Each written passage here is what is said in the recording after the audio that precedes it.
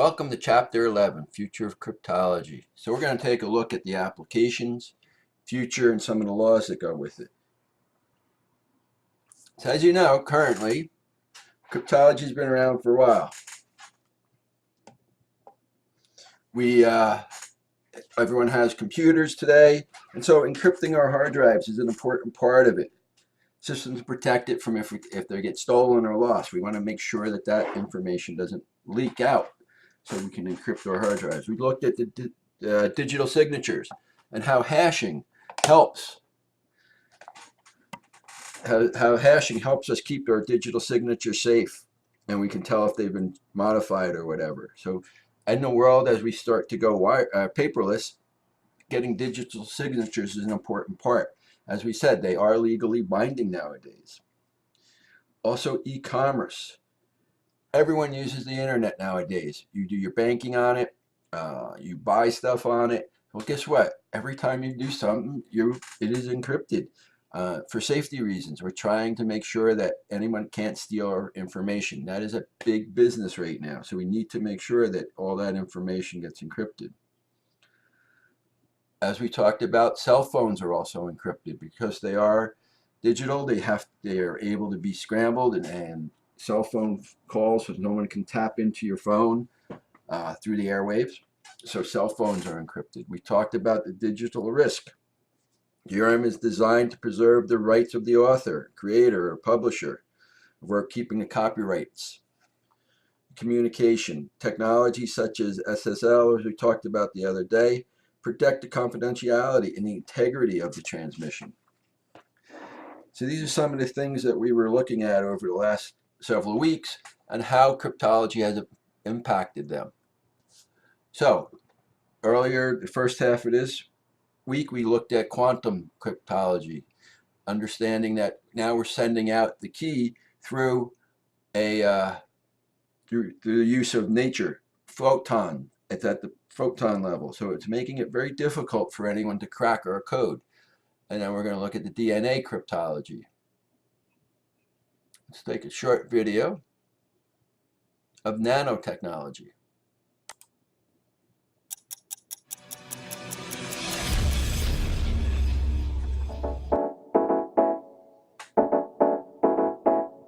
What kinds of future technologies are we talking about?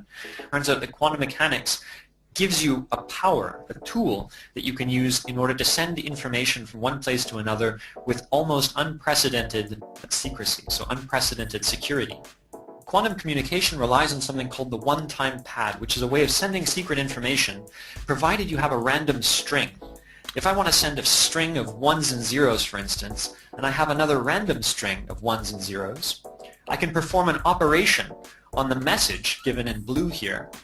If Bob wants to send a message to Alice, Bob just performs an operation between his message string, which is the blue, and the cryptographic key, which is the random string of ones and zeros given in red. And the operation that he performs is called binary addition. So he just adds 1 and 0, and that gives 1.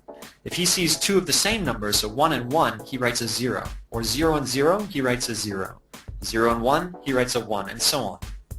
And then it turns out that that green number given on Bob's side, if someone intercepts that number, it also has a random string of ones and zeros, and it's impossible to extract any information about the blue sequence given the green sequence, provided the red sequence is perfectly random. Okay? So Bob can then send the green sequence over to Alice. And Alice, if she gets that green sequence, she can do the same operation provided they share what's called a secret key, cryptographic key, a sequence of red ones and zeros. And if she performs the same binary addition operation, 1 plus 0 equals 1, 0 plus 1 equals 1, 0 plus 0 equals 0, and so on, she gets a sequence of ones and zeros that is identical to the message Bob wanted to send.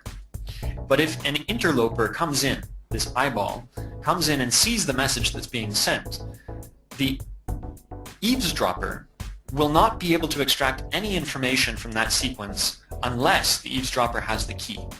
And so the secret is to find a way to send the cryptographic key using quantum particles. Typical particles that would be sent from Bob to Alice are photons. So if you send individual light particles, those photons can encode information in polarization. So that you can create superpositions, quantum mechanical states that are superpositions of horizontal polarization and vertical polarization, or right and left circular polarization. And those are the quantum particles that would normally be sent from Bob to Alice over fiber optic cables or even over free space. And if you send it appropriately with quantum particles, Bob can send this secret key in a way so that Alice can check to see if those quantum particles have been observed, because observation disturbs the quantum states of those particles.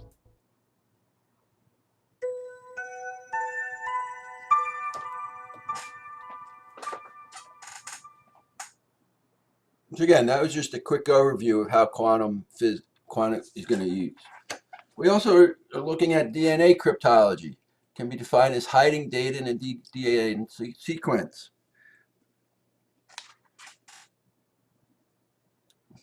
A new technology securing data was introduced in biology, structured DNA. So it's another way that we're looking at cryptology. This was invented in 1994 for solving problems.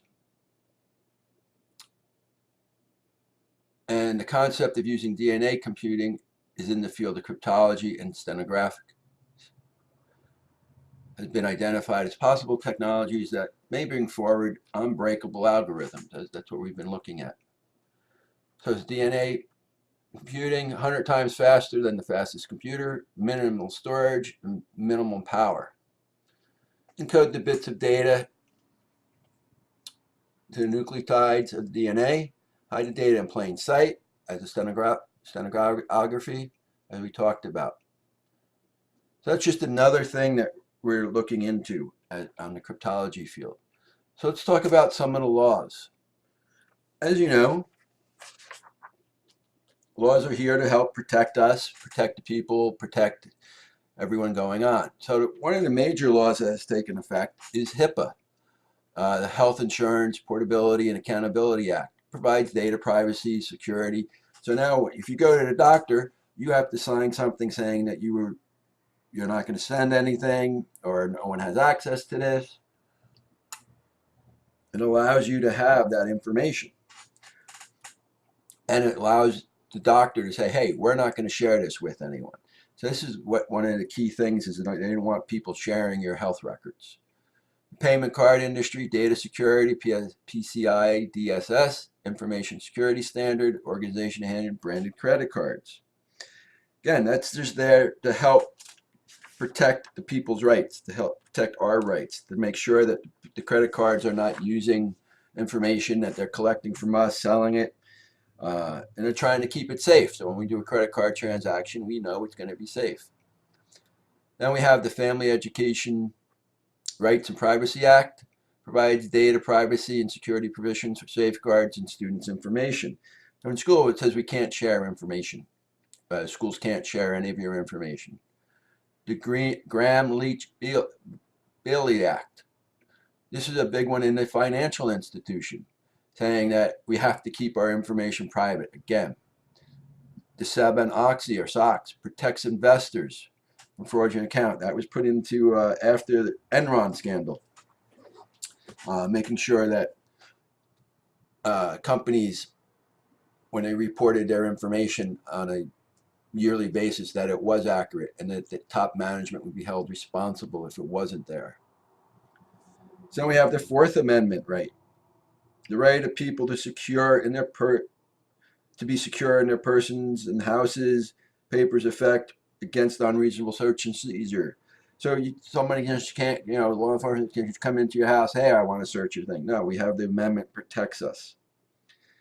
The Fifth Amendment, no person shall be held to answer for a capital or otherwise infamous crime unless the indictment of the grand jury. So that's just the Fifth Amendment. United States versus Scott. The court ruled that shredding documents can be reconstructed and used as evidence. So it just shows you that we can, if you try to destroy information, it can be fixed. United States versus Longoria. A circuit court detected that criminal using a different language for express purpose of concealing a crime could have those conversations translated and submitted evidence. So again, someone was trying to use a language that no one understood, but it was able to be transcripted. It wasn't kept secret. And Pennsylvania versus Copenhagen, Supreme Court of the United States, determined that deleted files on a hard drive could be recovered and used as evidence. Just because you delete something off your hard drive doesn't mean that it can't be used. If you did a crime, they can come in and search your hard drive. Even deleted files can be recovered, as you know, for working in the IT. Nothing's fully deleted. And someone with enough equipment can actually recover data off a hard drive even if it's been deleted. And we have some other areas of the military and government and how they work together and help. We got to keep information safe. So we looked at the future of cryptology, what's quantum, how cryptology is going to work, some of the laws, and that was chapter 11. Thank you.